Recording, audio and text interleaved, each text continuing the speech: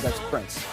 Bill Clinton giving his party the cold, hard truth on why they lost in such a humiliating fashion. And to borrow a phrase from his successful 92 campaign, it's the economy, stupid. We can't keep asserting that things are great in the economy. In some senses, they are great, but it's pretty hard if you're out there in the middle of the country and you're working hard and you've got 2 or 3 kids and you have to watch every penny you make. There's a lot of identity conflicts racing through our society now and through our world. And these culture wars topics still have enormous salience. And we Democrats have to learn to talk to people.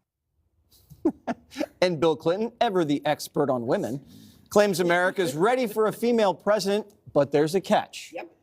I think it would probably be easier for a conservative Republican woman to win than a Democrat woman. Because, I mean, that's what Maggie Thatcher did. But I still think we'll have a female president pretty soon.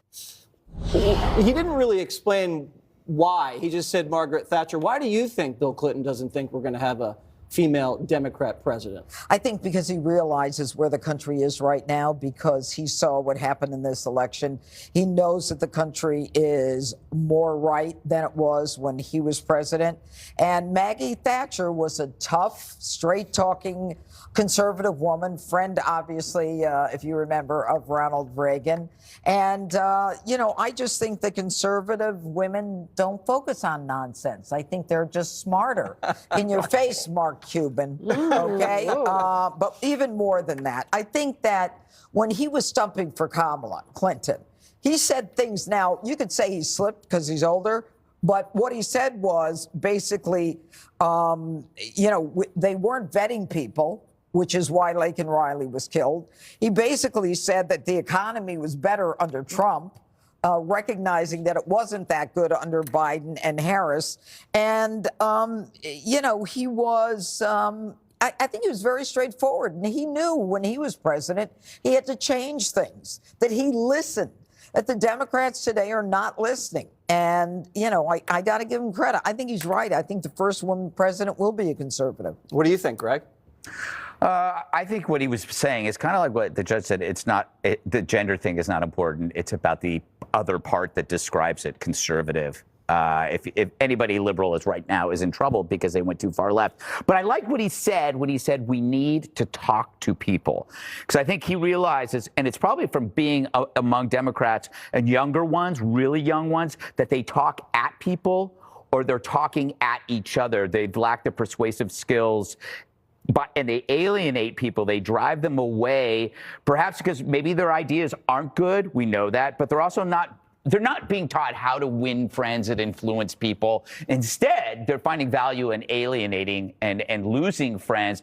There's a reason why identity politics failed. It wasn't about other people. It was about you and the secret to success in life. And anybody who's read Win Friends and Influence People, you win by asking about other people, what's interesting in their lives. People love it when you ask them about their lives. They're not interested in your pronouns. They're not interested in your identity. And that cuts people off. The other thing is Dems love to say, we need to have a conversation, but that's usually to get out of the current one. The kryptonite has always been a follow-up question. Once they learn how to deal with a follow-up question, they'll do a lot better. But the issues don't allow that. I've noticed that, after reading that book, women especially like it when you ask them about themselves. It gives you a great opportunity to just kind of sit back and just think about other things. Once in a while, there's a moment, and then you just ask them another question. Ask her if she agrees with you. Do you agree? Do you like this? Did you say something, Jesse? There's one thing women don't like is they don't like you trying to talk over their heads or talk down to them, whatever it is. What do you mean by talking over their heads? Well, Bill Clinton said that Democrats need to stop asserting that the economy is great. They did it all the way through the election cycle, and it killed them. Right. There was a moment shortly before Election Day when Joe Scarborough in his morning show said, I couldn't believe it. My buddy called and said, butter's $3 at the store. And his wife taps him and was like, Joe, it's like $7. You know, look, and that women know the price of food. They do most of the grocery shopping. I know a lot of men do too, and they don't appreciate people keep telling them the economy's great when prices are up 20, 25%. This was one of the biggest problems leading up to Election Day. It's the economy's stupid. And so when they kept telling everybody everything was great, women at home were going, wait, what? I just got back from the grocery store and my normal $100 grocery thing was $100 and whatever.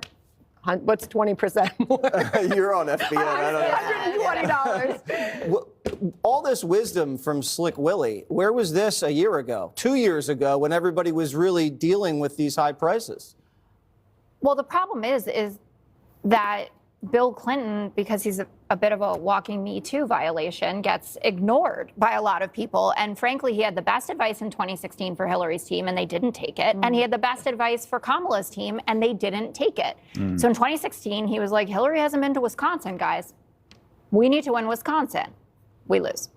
This time around, he went to the team, so says the autopsy reporting after the election, and he said, the Charlemagne ad is resonating with people. We have to say something. And I also pointed out that it wasn't just an ad about trans people, it was an economic ad, because the argument was, we'll spend money on this special interest group, but we will not spend money on you, the general American taxpayer.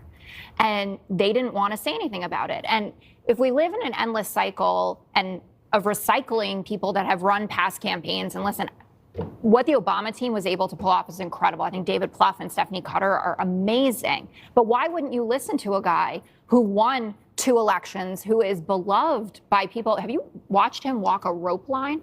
I mean, people are beside themselves that they're so excited to meet him and to get to spend time with him. And he has decent advice. Well, you said the reason why is because he was Me Too'd.